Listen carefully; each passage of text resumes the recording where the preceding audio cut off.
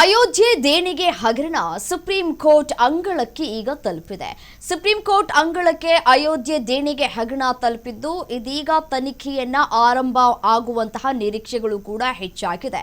ಹಗರಣದ ತನಿಖೆ ಈಗ ಕೋರಿ ರಿಟ್ ಅರ್ಜಿಯನ್ನ ಸಲ್ಲಿಕೆ ಮಾಡಲಾಗಿದೆ ಸಿಬಿಐ ಕಡೆಯಿಂದ.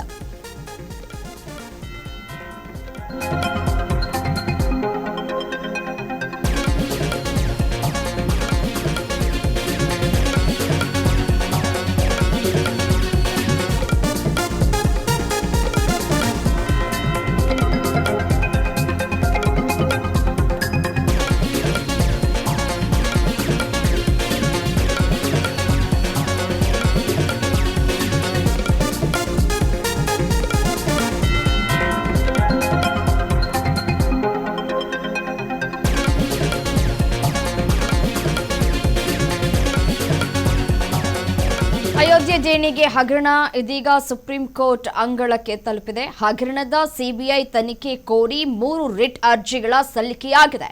ಜುಲೈ 13ಕ್ಕೆ ವಿಚಾರಣೆಯನ್ನ ಕೈಗೆತ್ತಿಕೊಳ್ತಾ ಇರುವಂತಹ supreme court CJI Suryakant, justice Joymalya Bagchi ನೇತೃತ್ವದ ಪೀಠ ಈ ಒಂದು ತನಿಖೆಯನ್ನು ನಡೆಸಲಿಕ್ಕಿದೆ. ಜಸ್ಟಿಸ್ ವಿ ಮೋಹನ್ ಅವರಿರುವಂತಹ ಸುಪ್ರೀಂ ತ್ರಿಸದಸ್ಯ ಪೀಠ ದೇಣಿಗೆ ದುರ್ಬಳಕೆ ಆರೋಪದ ಪರಿಶೀಲನೆಗೆ ಮನವಿಯನ್ನ ಕೂಡ ಮಾಡಿಕೊಳ್ಳಲಾಗಿದೆ. ಜುಲೈ 13ರ ವಿಚಾರಣೆಯತ್ತ ಇದೀಗ ಎಲ್ಲರ ಚಿತ್ತ ನೆಟ್ಟಿದೆ. ನೋಡಿ, ಅಯೋಧ್ಯೆ ದೇಣಿಗೆ ಹಗರಣ ಏನಿದೆ ಇದೀಗ ಅದು ಸುಪ್ರೀಂ ಕೋರ್ಟ್ ಕದ ತಟ್ಟುವಂತಹ ಕೆಲಸಗಳು ಕೂಡ ಆಗಿದೆ. ಸೊ ಜುಲೈ 13ಕ್ಕೆ ಸುಪ್ರೀಂ ಕೋರ್ಟ್ ವಿಚಾರಣೆಗೆ ಮುಂದೂಡಿಕೆ ಮಾಡಿದೆ. ಸೊ ಹಾಗಾಗಿ ಸಾಕಷ್ಟು ನಿರೀಕ್ಷೆಗಳು ಕೂಡ ಇಲ್ಲಿ ದಟ್ಟವಾಗಿಯೇ ಇದೆ. ಅಯೋಧ್ಯೆ ರಾಮ ಮಂದಿರದ ದೇಣಿಗೆ ದುರ್ಬಳಕೆ ಆರೋಪ ಇದೀಗ ದೇಶದ ಅತ್ಯುನ್ನತ ನ್ಯಾಯಾಲಯದ ಅಂಗಳವನ್ನು ತಲುಪಿದೆ. ದೇಣಿಗೆ ಹಣದಲ್ಲಿ ನಡೆದಿದೆ ಎನ್ನಲಾದಂತಹ ಅಕ್ರಮಗಳ ಬಗ್ಗೆ ಸ್ವತಂತ್ರ ಮತ್ತು ಕಾಲಮಿತಿಯೊಳಗಿನ ಸಿಬಿಐ ತನಿಖೆ ನಡೆಸುವಂತೆ ಕೋರಿ ಸಲ್ಲಿಕೆಯಾಗಿರುವಂತಹ 3 ರಿಟ್ ಅರ್ಜಿಗಳ ವಿಚಾರಣೆಯನ್ನ ಸುಪ್ರೀಂ ಕೋರ್ಟ್ ಜುಲೈ 13ರಂದು ಕೈಗೆತ್ತಿಕೊಳ್ಳಲಿಕ್ಕಿದೆ. ಸೊ ಈ ಒಂದು ಬೆಳವಣಿಗೆ ದೇಶದಾದ್ಯಂತ ಗಮನವನ್ನ ಕೂಡ ಸೆಳೀತಾ ಇದೆ. ನೋಡಿ, ಅಯೋಧ್ಯೆ ರಾಮ ಮಂದಿರದ ದೇಣಿಗೆ ಹಣದ ದುರ್ಬಳಕೆ ಆರೋಪಕ್ಕೆ ಸಂಬಂಧಪಟ್ಟಂತೆ 3 ಪ್ರತ್ಯೇಕ ರಿಟ್ ಅರ್ಜಿಗಳ ವಿಚಾರಣೆಯನ್ನ ಸುಪ್ರೀಂ ಕೋರ್ಟ್ ಜುಲೈ 13ರಂದು ನಡೆಸಲಿಕ್ಕಿದೆ. ಮುಖ್ಯ ನ್ಯಾಯಮೂರ್ತಿ ಸೂರ್ಯಕಾಂತ್ ನೇತೃತ್ವದ ತ್ರಿಸದಸ್ಯ ಪೀಠದಲ್ಲಿ ನ್ಯಾಯಮೂರ್ತಿ ಜೋಯ್ಮಲ್ಯ ಬಗ್ಚಿ ಮತ್ತು ನ್ಯಾಯಮೂರ್ತಿ ವಿಎಸ್ ಮೋಹನ್ ಕೂಡ ಸದಸ್ಯರಾಗಿದ್ದಾರೆ. ಅರ್ಜಿದಾರರು ಈ ಪ್ರಕರಣದ ಬಗ್ಗೆ ಸ್ವತಂತ್ರ ನ್ಯಾಯಾಲಯದ ಮೇಲ್ವಿಚಾರಣೆಯಲ್ಲಿರುವಂತಹ ಸಿಬಿಐ ತನಿಖೆಗೆ ಆದೇಶವನ್ನ ನೀಡುವಂತೆ ಮನವಿಯನ್ನ ಮಾಡಿಕೊಂಡಿದ್ರು. ಇದರ ಜೊತೆಗೆ ಶ್ರೀರಾಮ ಜನ್ಮಭೂಮಿ ತೀರ್ಥ ಕ್ಷೇತ್ರ ಟ್ರಸ್ಟ್ನ ಹಣಕಾಸು ವ್ಯವಹಾರಗಳ ಫೋರೆನ್ಸಿಕ್ ಆಡಿಟ್ ಹಾಗೂ ಲೆಕ್ಕ ಪರಿಶೋಧನೆಯನ್ನೂ ಕೂಡ ನಡೆಸುವಂತೆ ಈ ಮುಖಾಂತರ ಅವರು ಮನವಿಯನ್ನ ಕೂಡ ಮಾಡಿಕೊಂಡಿದ್ದಾರೆ. ಪ್ರಕರಣಕ್ಕೆ ಸಂಬಂಧಪಟ್ಟಂತೆ ಉತ್ತರ ಪ್ರದೇಶ ಸರ್ಕಾರ ಈಗಾಗಲೇ ವಿಶೇಷ ತನಿಖಾ ತಂಡವನ್ನ ರಚನೆ ಕೂಡ ಮಾಡಿದೆ. ಎಸ್ಐಟಿ ಮುಖಾಂತರ ತನಿಖೆಯನ್ನ ಕೂಡ ಆರಂಭ ಮಾಡಿದೆ. ಹಲವರನ್ನ ಕೂಡ ಈಗಾಗಲೇ ಬಂಧನ ಕೂಡ ಮಾಡಲಾಗಿದೆ. ಅಂದರೆ 8 ಮಂದಿಯನ್ನ ಈಗಾಗಲೇ ಅರೆಸ್ಟ್ ಕೂಡ ಮಾಡಲಾಗಿದೆ. ತನಿಖೆ ಒಂದ್ ಕಡೆ ಸಾಗ್ತಾ ಇದೆ. ಈ ನಡುವೆ ಸಂಪೂರ್ಣ ಸತ್ಯ ಹೊರಬರಬೇಕಾದ್ರೆ ಸ್ವತಂತ್ರ ಕೇಂದ್ರ ತನಿಖಾ ಸಂಸ್ಥೆಯಿಂದ ತನಿಖೆ ಅತ್ಯಗತ್ಯ ಅನ್ನೋದು ಅರ್ಜಿದಾರರ ವಾದವೂ ಕೂಡ ಹೌದು.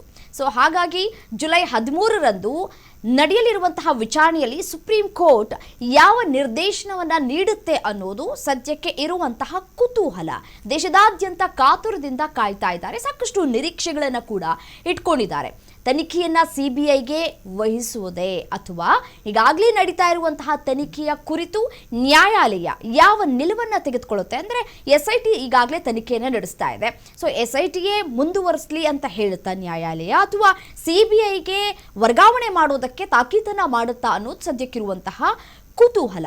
ಅಯೋಧ್ಯೆ ರಾಮ ಮಂದಿರದ ದೇಣಿಗೆ ದುರ್ಬಳಕೆ ಆರೋಪದ ವಿಚಾರ ಈಗ ಸುಪ್ರೀಂ ಕೋರ್ಟ್ ಅಂಗಳವನ್ನು ತಲುಪಿದ್ದು ಸಿಬಿಐ ತನಿಖೆ ಕೋರಿ ಸಲ್ಲಿಕೆಯಾಗಿರುವಂತಹ 3 ರಿಟ್ ಅರ್ಜಿಗಳ ವಿಚಾರಣೆ ಜುಲೈ 13ರಂದು ನಡೆಯಲಿಕ್ಕಿದೆ. ಸೊ ಹಾಗಾಗಿ ಕುತೂಹಲಗಳು ಕೂಡ ಹೆಚ್ಚಾಗ್ತಾ ಇದೆ. ಇನ್ನು ಡೇ 1ನಿಂದ ಯಾವ ರೀತಿಯಾದಂತಹ ಅವ್ಯವಹಾರ ಆಗಿರಬಹುದು, ಯಾವ ರೀತಿಯಾಗಿ ಇವರು ಕಬಳಿಕೆ ಮಾಡಿದ್ದಾರೆ, ಯಾವ ರೀತಿಯಾಗಿ ಕಳ್ಳತನವನ್ನ ಮಾಡಿದ್ದಾರೆ, ಇನ್ನೂ ಎಷ್ಟು ಜನ ಈ ಒಂದು ಪ್ರಮುಖ ಬೆಳವಣಿಗೆಯಲ್ಲಿ ಭಾಗಿಯಾಗಿದ್ದಾರೆ. ಈಗ ಸದ್ಯಕ್ಕೇನೋ 8 ಮಂದಿಯನ್ನ ಅರೆಸ್ಟ್ ಮಾಡಿದ್ದಾರೆ. ಅವರನ್ನ ಅರೆಸ್ಟ್ ಮಾಡಿ ತನಿಖೆಯನ್ನ ಕೂಡ ನಡೆಸಲಾಗ್ತಾ ಇದೆ. ಇವರ ಜೊತೆಗೆ ಇನ್ಯಾರೆಲ್ಲ ಶಾಮೀಲಾಗಿದ್ದಾರೆ ಅನ್ನೋದರ ಕುರಿತ ತನಿಖೆ ಆಗಬೇಕಾಗಿದೆ. ಒಟ್ನಲ್ಲಿ ಈಗ ಸಿಬಿಐ ಅಂಗಳಕ್ಕೆ ಹೋಗಿ ತಲುಪುತ್ತಾ, ಸಿಬಿಐಗೆ ಒಪ್ಪಿಗೆಯನ್ನ ಕೊಡುತ್ತಾ ಸುಪ್ರೀಂ ಕೋರ್ಟ್, ಅಥವಾ SIT ಅಧಿಕಾರಿಗಳು ಏನು ತನಿಖೆ ನಡೆಸ್ತಾ ಇದ್ದಾರೆ, ಪಾರದರ್ಶಕವಾಗಿ ತನಿಖೆ ಆಗ್ತಾ ಇದೆ, ಅವರೇ ನಡೆಸಲಿ ಅಂತ ಹೇಳ್ತಾರಾ ಅನ್ನೋದು ಸದ್ಯಕ್ಕಿರುವಂತಹ ಕುತೂಹಲ. ಜುಲೈ 13ರಂದು ಈ ಎಲ್ಲ ಕುತೂಹಲ, ಎಲ್ಲ ಪ್ರಶ್ನೆಗಳಿಗೂ ಕೂಡ ಉತ್ತರ ಸಿಗುವಂತಹ ನಿರೀಕ್ಷೆಗಳು ಕೂಡ ಹೆಚ್ಚಾಗಿದೆ.